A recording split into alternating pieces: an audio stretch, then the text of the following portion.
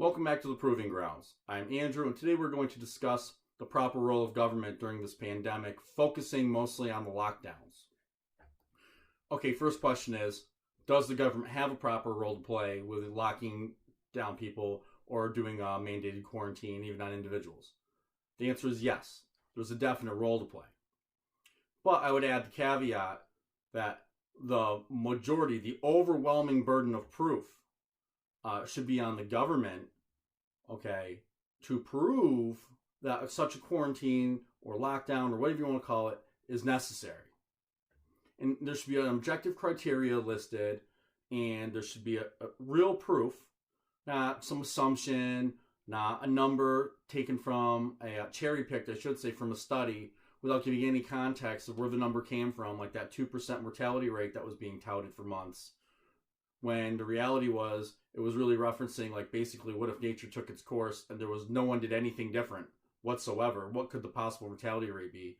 Not, what is the mortality rate with all the proper medical care, and if you do all the right things and try to social distance and quarantine yourself, blah, blah, blah, all that, right? Now, there should be none of that hyperbole flying around from the government. And not only that, but, a real leader, like a Governor Cuomo, right, if he was a real leader, he would have told the media, cut the BS. Stop fanning these flames. Stop being sensationalist. Stop getting everyone all worked up. We don't need runs on toilet paper right now because you want to cherry pick numbers. That would have been a real leader, and they would have been more calm about everything, and they would have come right out and said, hey, we have an issue. We're not sure what the issue really is. And obviously, since the government as a whole, all the way from the federal down to your local level, has been bungling things so far, this is what we would like you to do. Okay? And you start out with, hey, everyone should social distance, keep 6 feet away. We'd like you to stay home more. Don't go to baseball games and stuff like that right now. Don't go to concerts right now. Stay away from grandma. She's at high risk. Things like that. And then not only that, list the people at high risk factors, what that means for everybody, and just treat everyone like we're adults for once. Okay? Start off there. And then anyone that definitely know has coronavirus, you tell them, you cannot leave your home. You and your family are quarantined. Mandated quarantine. Here is how long you shall be quarantined for. Boom. That's okay for the government to do. Not just do a blanket statement. I'm the governor of New York State. I've declared an emergency, so now I'm the de facto ruler, and you will do what I say for as long as I determine this to be an emergency. And then you got someone like Cuomo making things worse by saying this could be for the next 18 months. So of course you have people running to the store buying things up, worried about how more restrictive things are going to get over the next 18 months. And a lot of it seems to just be New York City got hit real hard, so everyone had to be locked down. Now again, the proper role would be, okay, we're identifying a problem, would be to tell everyone, hey, parts of New York City or the entirety of New York City must be locked down. Here is why. This is what we think the mortality rate really is, though we're not sure. No one can be really sure at this time. So we are mandating people to be inside for a period of time, which would be a definite period of time, and say, hey, we're going to reevaluate. We're going to do the best we can. Okay, here are the people most at risk. And the people most at risk, here's the kicker, should be the ones you protect the most. Okay, not pull a Governor Cuomo's office and force force nursing homes to take sick patients from the hospitals who have coronavirus into the nursing home and cause, giant wildfires of old people dying from this virus. Okay, that was completely avoidable, and the government bungled that, and Governor Cuomo takes absolutely no responsibility for it whatsoever. It was his office issuing the mandates, and he feels no responsibility for that. Okay, not only that, but again, what was the first thing he did?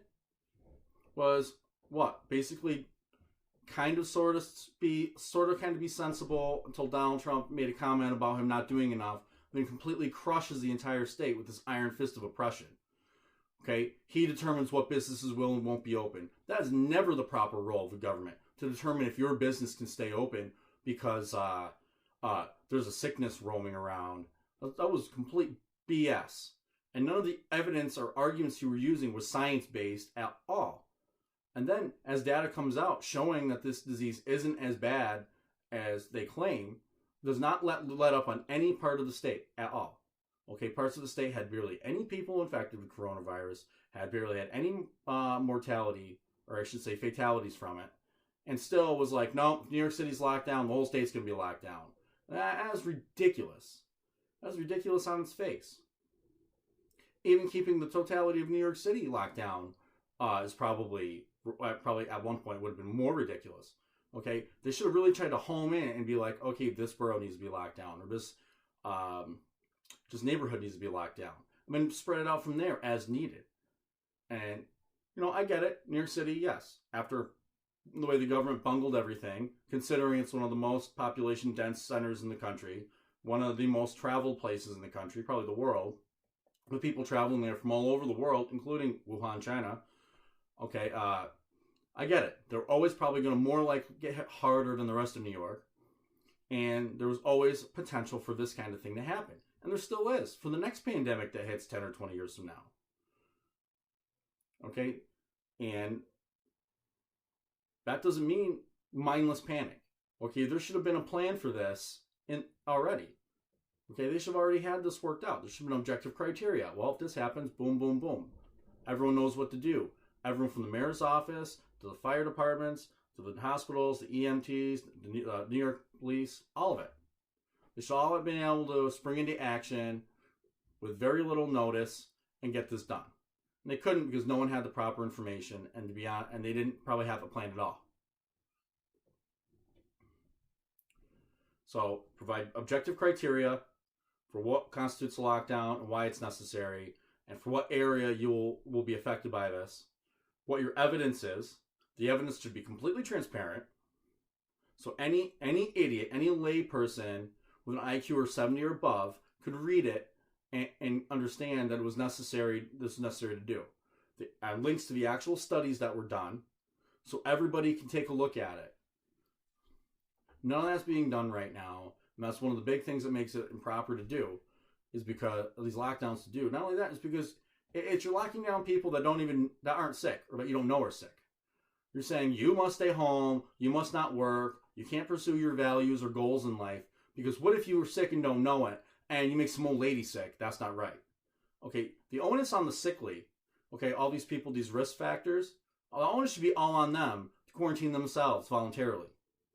Okay, just simple guidelines. Hey, if you don't want to die from disease, just like flu season for a lot of these people, or if they had a higher, say, cases of pneumonia that year, it wouldn't be wrong to put out a public health announcement and say, hey, if you happen to have these 4 or 5 risk factors, you might not want to get pneumonia this year. Okay, so it's rampant this year. We're figuring out why. Maybe you should stay home more often.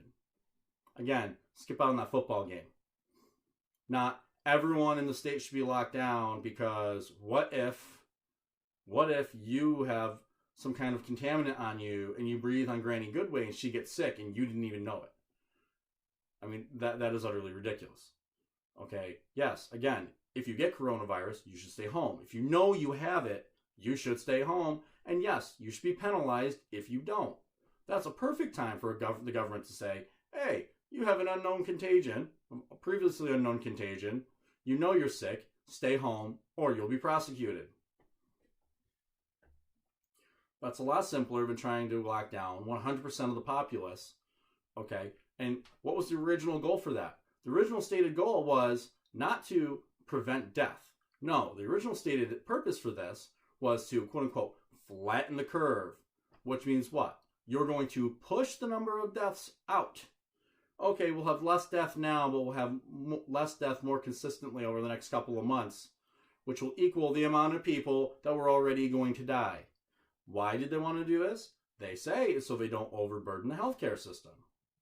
Okay, now that it looks like that part of this crisis is ending, what's Governor Cuomo saying? And a lot of governors saying, well, we can't end our lockdowns until no one could possibly die from this. Okay, so why don't we lock everything down so nobody could possibly die from anything ever? Oh, it sounds ridiculous when you put it like that, because it is ridiculous. Anyone who wants to throw, that incredibly witty comment out there Well, what if you're out having fun and an old lady dies because of that? Right? You want to throw that out there? Maybe you should stop and consider the fact that the FDA refuses to allow any treatments, drugs, or procedures that could extend human life. Yeah, anything that doesn't actually cure a disease but might actually extend how long you could live, they're like, yeah, we don't want any of that. We're not approving any of it. That's not somehow killing somebody, right? No. We want to worry about, well, if you get a disease and somehow don't know about it, then cough on some old lady. And again, why would you be hanging out at the nursing home during a time of pandemic? I don't know. Unless you're a worker there, why would you even be there?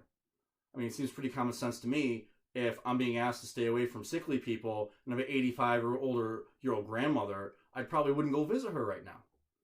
I would call her, use Zoom, any number of ways you can communicate with somebody without physical contact until I know that this problem is gone by. Especially, you don't tell people they can't go back to work, especially not when a lot of these companies were already social distancing and allowing as many people as they could to work from home. Yeah. That also leads me into, you know what else the proper role of government would have been? But to stay out of everybody's way when procuring things like their personal protective equipment and ventilators, critical care drugs needed on the crash carts, all of that. Okay, the government wouldn't have regulations preventing you from getting those materials as needed, and we would let the free market, and I mean totally laissez-faire, completely government hands-off free market, would have solved that issue a lot faster. I don't think anyone can truly envision a world that is completely free market since we've never had one. But I could envision a world where insurance companies that want you to pay premiums for as long as possible, which means they want you to be healthy for as long as possible, and since you don't want to have to pay out for it, would want you to not get sick or not die, right? Especially since they want you to pay for as long as possible and live for as long as possible, right? So I could see them urging hospitals to stockpile some of these goods for emergencies, and probably some of these companies maybe to keep some product in reserve, right? That's just health insurance. And I could envision a world where health insurance companies would be like, hey, if you're going to go on spring break during a pandemic, we're not going to cover you for those kinds of, for that disease. Or maybe not, or just simply allowing 3M to sell you masks as needed and not have to have this BS medical designation that does nothing except prove that they paid a fee to the FDA, that they were properly extorted, as all companies should be, right? They shouldn't be legally liable if you get sick from something simply because it doesn't have a proper sticker on it. It should be, did they defraud you? We already have laws for fraud. If a company says this product does something and it can be proven that the product really doesn't do that, they by all means, sue them. They said the N95 mask is 100% successful, even though the N95 designation is specifically there to say that it doesn't filter out 100% of all airborne particulates. But if they had made the claim and it was false, then yeah, you got sick, we'll sue them. But I mean, there were a lot of hospitals that couldn't get masks, and there were, my understanding, millions of masks sitting in a warehouse somewhere because they were, quote unquote, industrial rated, not medically rated. But they're both N95 masks. They both are rated to filter out 95% of all airborne particulates, 0.3 microns or greater. So, why should they not have been able to sell them other than government regulations standing in the way? The more the government's inserted itself into the healthcare field and the economy in general, the worse things have gotten, the less able we are to, less flexible and adaptable we are to situations like this. It would have been a lot easier for companies just to ramp up production of or retool and produce other items, and they couldn't. Look at Remington Arms in New York. Pretty much completely shut down. It says, hey, we'll make ventilators or masks or whatever, and Cuomo says, no, not from you. Okay? And that's when they're claiming that we need as much stuff as humanly possible. As many people could produce this stuff we need. Not one of those evil gun manufacturers, though, right? Can't let the NRA get their hands on that kind of publicity. I mean, it's completely ridiculous. I can see a lot of ways where again, insurance companies and schools and all that. And private donations could be around for people to promote research into virology and all these epidemics coming out of there versus letting the government take care of it, which they obviously haven't been. Okay? And to be honest with you, there's a lot of things floating around out there, a lot of programs that wouldn't even be in existence if the government wasn't artificially subsidizing it. So, to me, the proper role of government, first of all, and during a pandemic, is to stay out of the way of the economy, to not crush entire cities, states, and the country as a whole economically, but not just economically, because the stress of it has caused a lot of people to stress, eat, and gain weight. So it's harming you physically, harming you mentally, and I would say even harming you spiritually, because you can't even truly live as a human being was intended to live, while the government, through coercion, is forcing you to stay home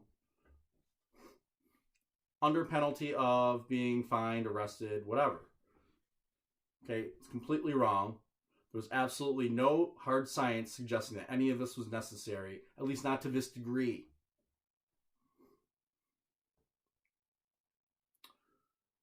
Anyway, that's all I got for you today. And remember, don't forget to click like, share, and subscribe. Really need to get those all those bumped up. As many of you that could do that for me, I would really appreciate it. And again, I'm working on other content. Probably going to put out at least 2 or 3 more videos this week. And be safe.